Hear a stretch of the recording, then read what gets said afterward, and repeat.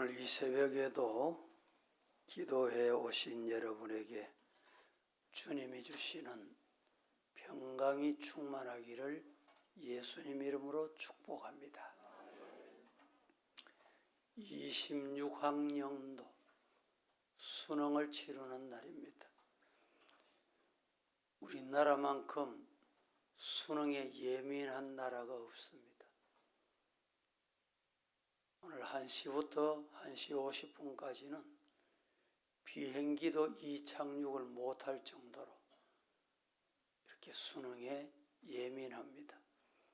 우리 자녀들의 미래, 그들에게 가지고 있는 지식이 중요한 것이 아니라 여호와를 경외하는 것이 지식의 근본이다. 우리 학생들이 하나님을 믿는 믿음의 세대가 되기를 축복합니다. 오늘 들어오실 때 원래 드린 감사 챌린지 책 다 받으셨지요? 가지고 오셨습니까? 예. 혹시 지금 필요하신 분은 손 들어서 나눠드리세요. 필요하시면 예. 감사책이 없는 분 요 앞에 드리고. 오늘 이 교환을 먼저 한번 보겠습니다. 이 NGO 기관을 통해서 이 책을 제작을 하고 감사 챌린지를 진행하는데 우리가 후원하는 이 예산으로 이것도 제작이 됩니다. 여러분들 그냥 뭐 하나씩 가지라고 드리는 게 아니고 읽고 참여하시라고. 요새는 읽는 것도 귀찮아 하니까 QR코드를 갖다 대면 다 읽어줍니다. 오늘 이 시간에 60면 페이지 화면을 좀 주시죠.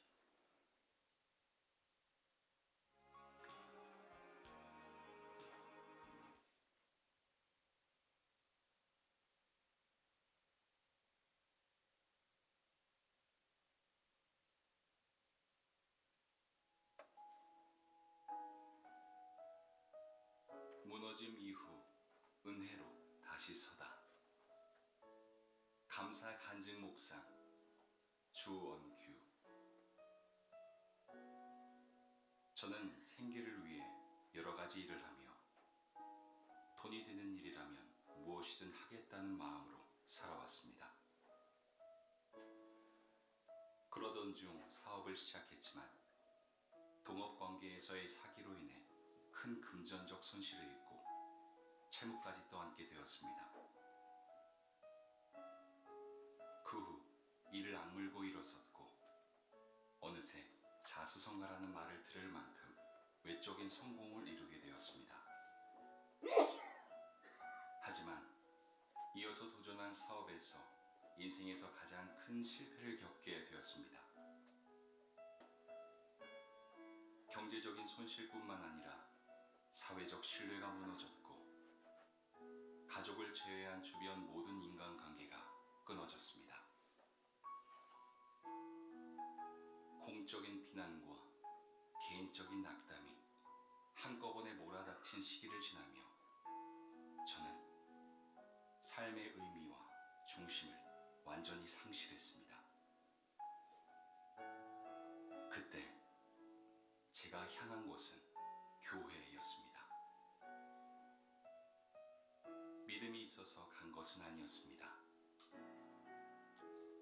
기댈 곳 하나 없던 저는 그저 지푸라기라도 잡는 심정으로 교회의 문을 열었습니다. 그런데 놀랍게도 하나님은 아무런 조건도 묻지 않으시고 믿음이 온전하지 않았던 저를 있는 그대로 받아주셨습니다. 그저 앉아있기만 해도 마음이 잠잠해지는 예배당의 공기에 말씀과 찬양 속에서 가라앉았던 마음이 조금씩 살아나는 경험은 지금도 제 인생에서 가장 조용하지만 가장 선명한 은혜의 장면으로 남아있습니다. 그 후 저는 다시 한번 일어섰고 이전보다 더 더 깊이 있는 성공을 경험하게 되었습니다. 그 성공은 단지 결과로만 측정되는 것이 아니라 삶을 바라보는 시야와 마음가짐이 달라지는 전환점이었습니다.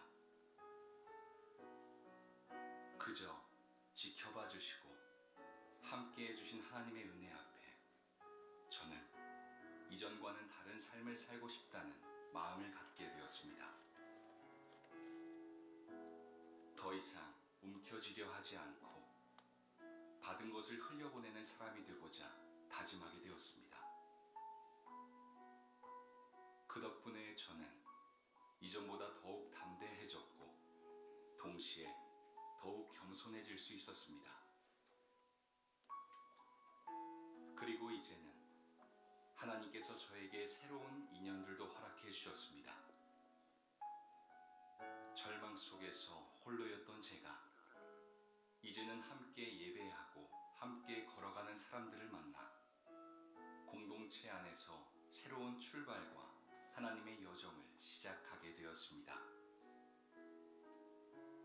그 만남 하나하나가 단순한 우연이 아닌 하나님의 세심한 보살핌 속에서 연결된 은혜였음을 느낍니다.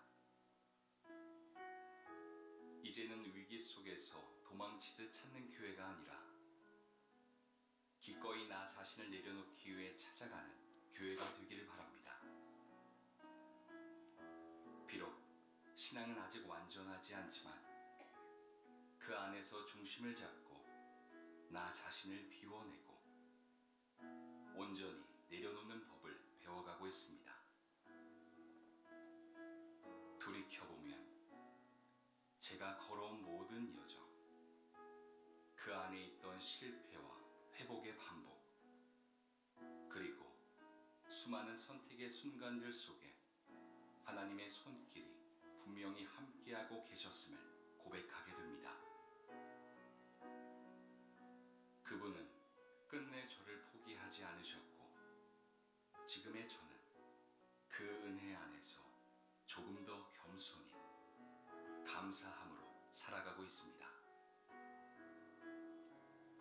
이 자리를 통해 그 모든 여정 가운데 함께 하신 하나님께 진심으로 감사를 드립니다. 그리고 앞으로의 걸음 역시 하나님께 받은 사랑을 나누며 그분의 인도하심 속에서 사람들과 함께 동행하는 삶을 살고자 소망합니다. 성도 여러분, 무너짐은 끝이 아닙니다. 하나님은 무너진 사람을 다시 일으켜 세워 주십니다.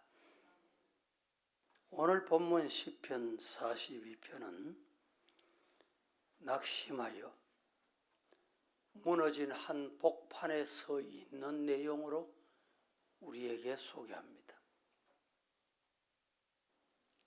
우리말 큰 사전에는 낙심을 바라던 일이 이루어지지 않아 마음이 풀어짐 이렇게 말합니다.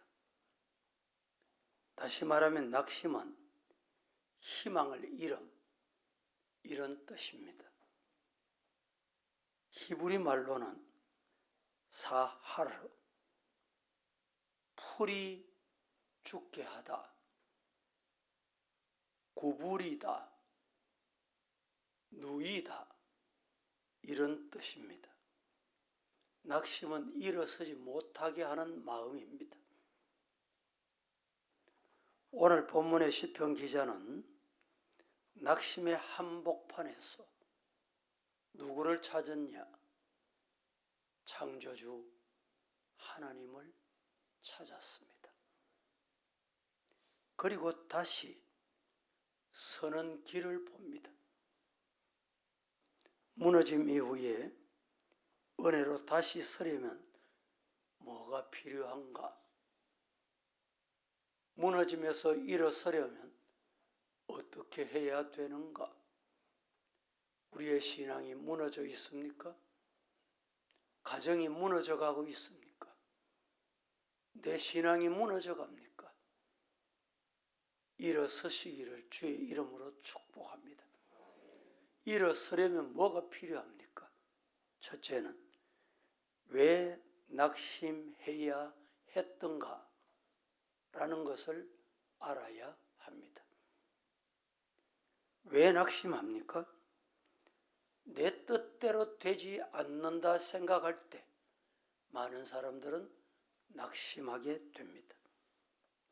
오늘 본문 2절 말씀에 이렇게 말합니다.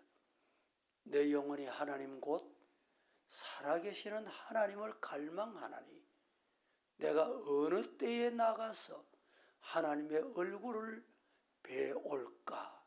라고 말입니다.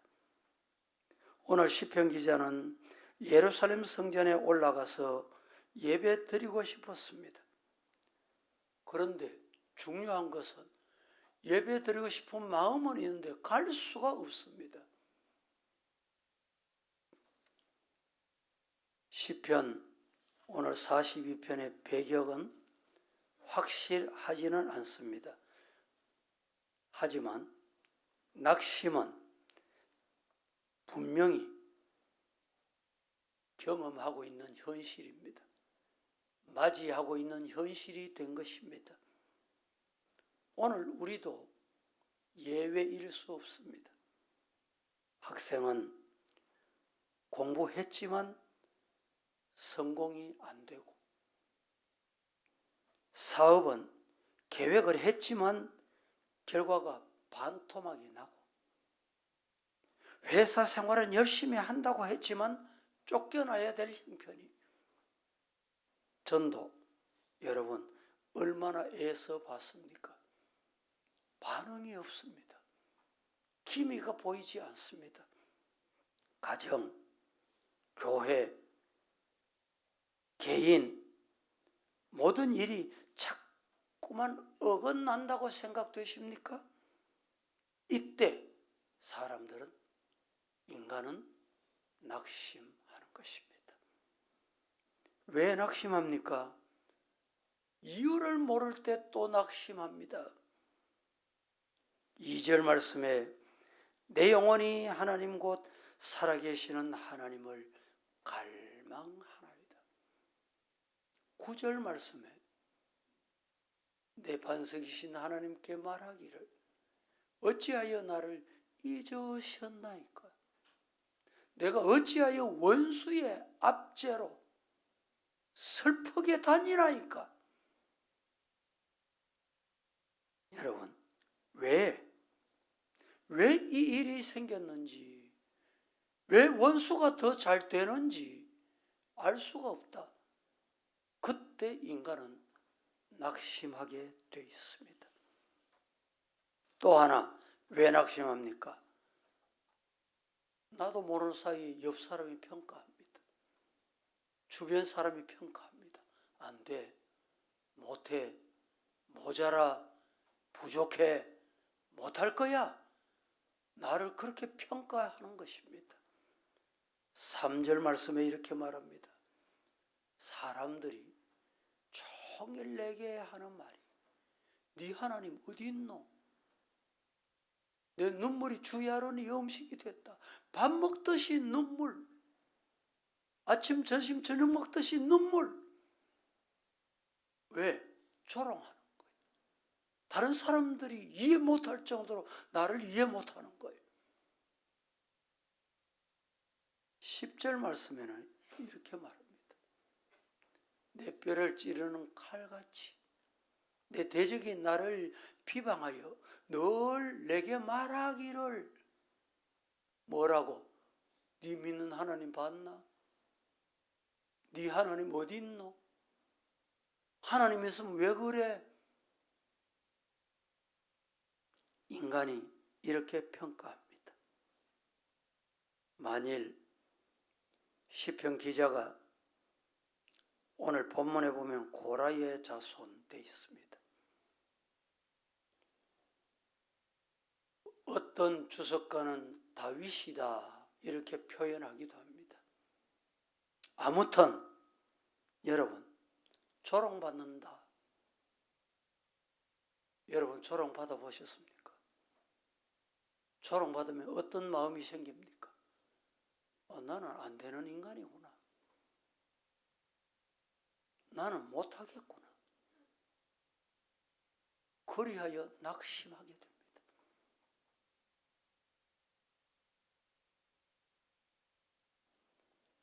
성전 봉사하고 주님께 예배하는 것을 열심히 했는데 고작 돌아온다는 것이 조롱밖에 없습니까? 그때 낙심하게 됩니다. 오늘도 마찬가지입니다. 우리도 똑같습니다. 기도했습니다. 덕새까지 나왔습니다. 세상 나가보세요. 니도 예수 믿나? 네 하나님 어디 있노? 하나님 있으면 왜 그래?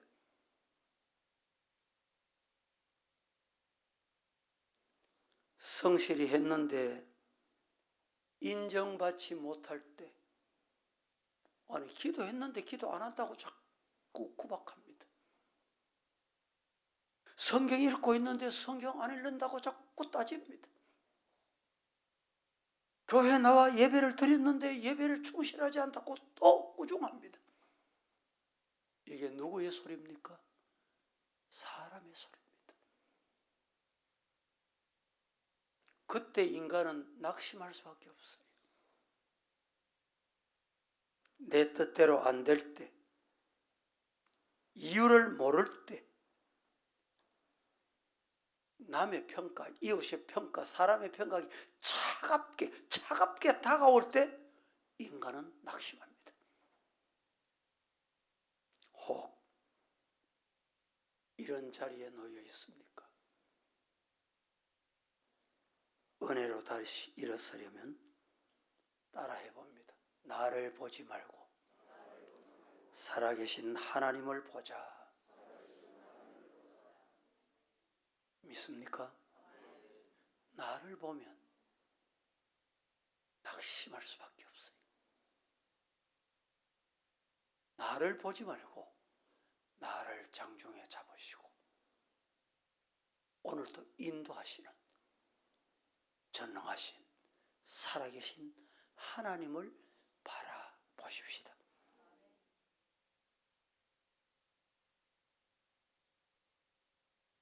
시편 42편 인칭 대명사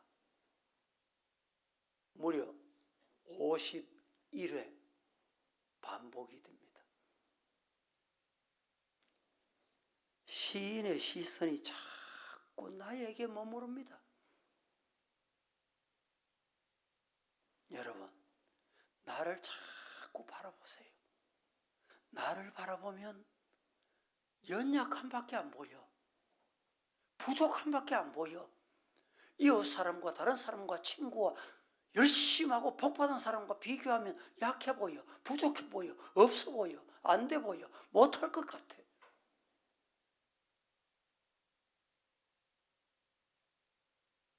이 시선을, 나를 향하던 시선을 하나님께로 향하시기를 주님의 이름으로 축복합니다. 하나님께 나의 시선을 돌리면 사슴처럼 갈급해하기 시작합니다.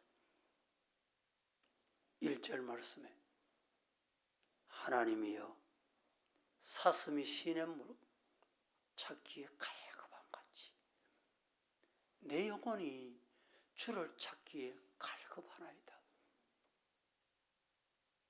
시선을 주님께로 돌리면 내 갈급함이 보입니다. 사슴이라는 동물은 목마를 때 물을 금방 필요로 하는 동물 중에 하나입니다. 아니, 물을 마셔야 될 때 오래 마시지 못하면 생명의 위협을 느끼는 짐승이 사슴입니다. 우리의 영혼도 똑같습니다. 갈급할 때 하나님을 찾으세요. 성도가 하나님 찾지 않으면, 하나님과 단절되면, 하나님과 멀어지면 남는 게 뭘까요? 죽음밖에 없습니다. 영원히 죽습니다. 갈급함으로 하나님 찾으시기를 예수님 이름으로 축복합니다. 2절 말씀은 이렇게 말합니다. 같이 한번 합독합니다. 내 영혼이 시작.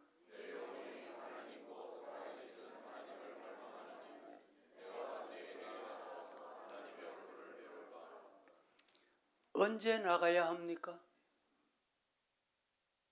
내 영혼이 하나님고 살아계시는 하나님을 갈망합니다. 지금 목이 마릅니다. 물을 언제 마셔야 합니까? 지금 마셔야 하는 거예요. 무슨 말입니까? 신의 물 찾기에 갈급한 사슴 같으면 지금 하나님을 찾아야 돼요. 지금.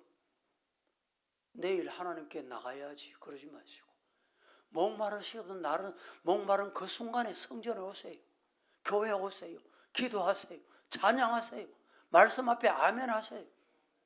그때 하나님이 해결해 주시고 목마름의 갈증을 주님이 채워주실 줄로 믿습니다.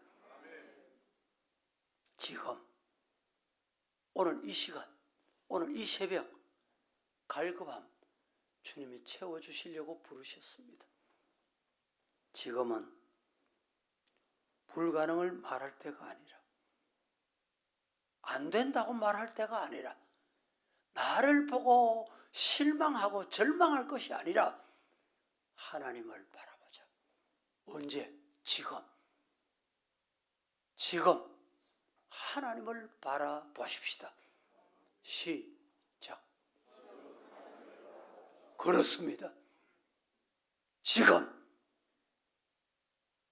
우리 가정의 문제, 지금 내 자신에게 문제, 지금 교회 문제, 국가 나라의 문제, 지금 하나님 앞에 내어놓고 하나님 앞에 맡기자 이 말입니다.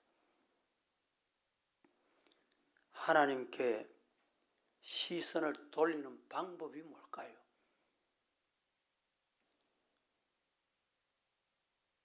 기도하는 것입니다.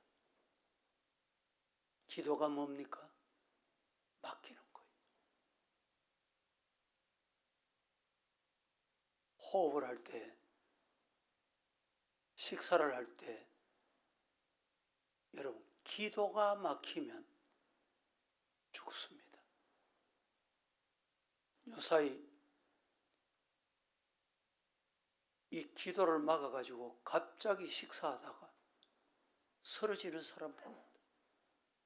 그때 이 기도에 막힌 것을 압박을 통해서 빨리 뚫어줘요. 그러면 삽니다. 희한하죠. 우리 목구멍 기도가 막히면 죽어요. 성도는 기도가 막히면 죽습니다. 이해가 되십니까? 기도가 회복되기를 예수님 이름으로 축복합니다. 혹시 기도가 안 됩니까? 압박해서 뚫어야 돼요. 119 소방관이, 경찰관이 식당에 옆에 앉았는데 옆에 손님이 기도가 막혀 쓰러졌어요. 쫓아와서 가슴을 뒤에서 압박을 하니까 막혔던 것이 툭 튀어나와. 살았을까 죽었을까? 살았죠. 오늘 저는 여러분에게 기도가 막힌 성도들에게 뒤에서 압박해주는 경찰과 같은 노릇을 하는 거예요. 119와 같은 행위를 하고 있는 거예요. 뚫릴 줄로 믿습니다. 호흡이 막히면 죽습니다. 기도는 영적인 호흡입니다. 오늘 이 새벽에 우리는 기도로 하나님을 만나는 은혜가 임하기를 예수님 이름으로 축복합니다. 6절 말씀에 이렇게 말합니다. 다 같이 시작.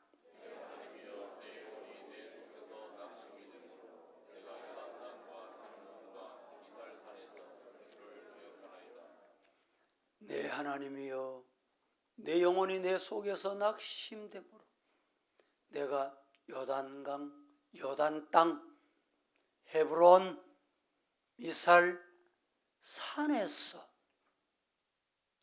올라가는 신앙입니다. 8절 말씀. 낮에는 여호와께서 그의 인자심을 베푸시고 밤에는 그의 찬송이 내게 있어 생명의 하나님께 뭘 하리로다? 기도하리로다. 낮에는 여호와께서 인자하심으로 우리를 인도하시고 밤 여러분 어두운 밤, 인생에 어두운 밤이 있습니다. 건강에 어두운 밤이 옵니다. 환경에 어두운 밤이 옵니다. 물질에 어두운 밤이 옵니다. 그때 뭘 하느냐? 찬송하며 주를 찾으세요. 찬송하시면서 찬송으로 주님 만나시라 이 말입니다. 그게 뭐냐? 하나님 앞에 기도하는 거예요. 내가 기도하리로다. 계획대로 안 되십니까? 힘쓰는데 일이 안 되십니까? 기도하시기를 예수님 이름으로 축복합니다. 하나님께 시선을 돌리는 방법은 따라하십시다. 열매는 하나님이 맺게 하신다. 내가 열매 맺으려고 애쓰고 용선다고 되는 게 아니에요. 열매 맺고 안 맺는 건 하나님께 달려 있어요. 그래서 전도할 때 듣든지 아니 듣든지 전해라. 아이고 목사님 전도한다고 됩니까? 전도해도 안 됩니다. 그럼 목사가 하지 말아 할까요? 성경에 하지 마라 합니까? 그러면 안 해도 돼요. 안 하셔도 된다니까. 그럼 저도 강단에서 하지 마세요 안 되거든. 이렇게 외칠 거예요. 성경은 그렇게 말하지 않습니다. 듣든지 아니 듣든지 전해라. 전도하면 외면하는 사람 있잖아요. 듣는 것 같은데 행위가 안 돼. 안 나와.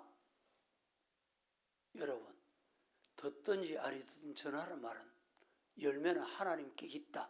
때가 되면 시한이 되면 요사이 대봉 시절이더군요. 대봉은 이따만 합니다. 아주 큽니다. 어떤 분이 대봉을 하나 가져왔는데 덜 익어서 하루 지나고 나니까 아주 잘 익었어요. 얼마나 맛있게 먹었는지. 여러분 내가 먹고 싶다고 그 대봉 맛있다고 익도 안 한 것 홍시도 안 된 거 먹을 수 있습니까? 기다리면 때가 되면 홍시 되게 합니다. 열매는 하나님이 맺게 하신다니까. 하나님께 맡겨요. 결과를 하나님께 맡겨. 새 성전에 입당하는 것도 최선을 다하고 열매는 하나님이 주십니다. 오늘 교회 현관 앞에 콘크리트를 합니다. 마지막 이 정원을 지금 나무를 이 도로변에 이 차량 지하에서 나오는 쪽에 행정기관의 허락을 받아가지고 하나님의 은혜로 거기에 있던 나무, 은행나무 세 그루를 우리 교회 화단에 갖다 심었어요. 좋다, 그렇게 해라 허락을 받고 하는 거예요. 그냥 가져온 거 아닙니다. 마당 정리를 하고 나면 아마 이번 주일 지나면 지하에 주차장에 마지막 배선을 껐어요. 차량 주차선을 끄면 모든 공사는 공식으로 끝이 납니다. 하나님이 준공 허가를 넣으면 이 행정기관자들을 감동시켜서 당장 오케이 허가 그렇게 되도록 기도하십시오. 많은 분들이 준공 허가 나면 일주일 이상 걸립니다. 길면은 2주간 걸립니다. 한번 빠꾸되면 한 달 걸립니다.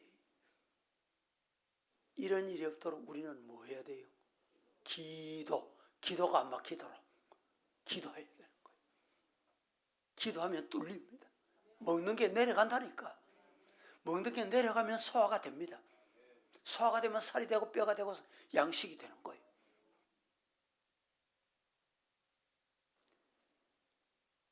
성경 고린도전서 3장 7절 이렇게 말합니다. 그런즉 심는 이나 물 주는 이는 아무것도 아니로되 오직 자라게 하시는 이가 하나님이시다. 하나님의 손에 있어요. 시편 126편 5절 말씀에 눈물을 흘리며 씨를 뿌리는 자는 기쁨으로 거두리로다. 우선 배고프다고 씨앗을 먹어버리면 못 거둡니다. 뿌리고 또 뿌리고 굶주린 배를 움켜쥐고 뿌려야 돼. 누가복음 18장 7절 8절 말씀에 하물며 하나님께서 그 밤낮 부르짖는 택하신 자들의 원한을 풀어주시지 아니하시겠느냐. 그들에게 오래오래 지체하시겠느냐? 아니다는 말입니다. 마지막 은혜로 다시 일어서려면 다 몰라도 여러분 우리가 다 알고 되는 게 아닙니다. 한 가지만 하시면 돼요. 뭡니까? 하나님의 약속 붙들고 약속 바라보고 약속 붙잡고 하나님을 찬양하면 됩니다. 내가 어떻게 되는지 방법이 뭔지 몰라도 돼요. 약속 붙들고 이 약속이 뭡니까? 하나님은 하신다. 주신다. 약속하셨잖아요. 아브라함에게 하나님께서 자손 주겠다. 이 약속 붙들고 20년 동안에 했다니까. 20년 붙들고 기도했다니까. 20년 동안 약속을 안 놓쳤다니까. 여러분, 내가 할 일은 하나님의 약속 붙잡는 거예요. 약속 붙잡고 찬송하기만 하면 돼. 할렐루야. 낙심에 벗어나서 은혜로 다시 일어나는 길은 여러분 신앙을 이론으로 되는 게 아닙니다. 믿음을 이론으로 되는 게 아니에요. 받아들이는 게 믿음입니다. 약속 붙잡는 게 믿음입니다. 논리적으로 성도 여러분 교회에서 신앙생활 하시면서 성경 많이 아는 사람이 신앙생활 잘할 것 같습니까? 의문이 더 많아집니다. 따라하십시다. 말씀은 하나님의 약속이다. 우리 하나님 원한을 풀어주신다 했잖아요. 기도하면 원한을 풀어주시는 분이라 했잖아요. 약속하셨잖아. 기도하면 해결해 주시겠다 약속하셨잖아요. 약속 붙잡고 찬송하며 가는 것이 믿음입니다. 믿음을 논리적으로 실제적으로 뭐 이론으로 저런 이론 설명한다고 믿음이 자라는 게 아닙니다. 오늘 아침 설명보다 약속이 더 귀하다는 거 꼭 기억하십시다. 일을 하다가 떨어졌어. 팔이 부러졌어. 병원에 갔습니다. 의사가 수술하면 2주 있으면 낫습니다. 그러면 돼요. 그러면 끝이야. 아니, 지금 팔이 부러져서 왔는 환자들에게 이 골절이 어떻게 형성이 됐고, 이 어떻게 해야 어떻게, 여러분 그런 설명 필요합니까? 여러분 그걸 기다립니까? 아닙니다. 수술해 드리겠습니다. 그럼 2주만 기다리면 낫습니다. 그게 희망이에요. 그럼 맡기는 거예요. 수술하는 거예요. 5절 말씀 함께 보십시다. 본문 다 함께 내 영혼아 시작.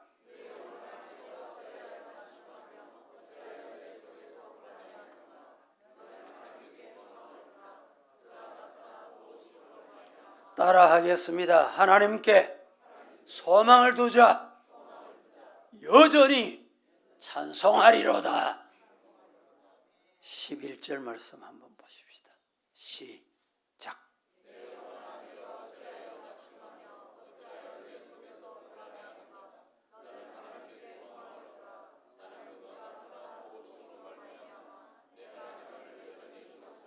낙심하지 말고 불안해하지 말고 따라합니다. 하나님께 뭘 둬야 돼요?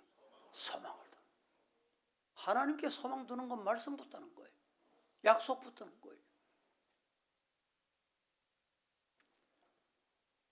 신앙의 선배들, 믿음의 족장들이 정말 우리가 상상 못하는 환경, 어려움에서도 약속 붙잡았습니다. 말씀을 붙잡았어요. 그래서 믿음의 족장이 됐어요. 모세는 위대한 이스라엘의 지도자가 됐습니다. 여호수아는 모세의 뒤를 이어서 이스라엘을 가나안에 입문시킨 지도자였습니다. 성도 여러분, 오늘 우리 하루 말씀 붙잡고 약속 붙잡고 믿음으로 굳건하게 낙심하지 않는 성도 되기를 예수님 이름으로 축복합니다. 말씀을 마쳤습니다. 예물 드린 분 소개하고 합심해서 같이 한번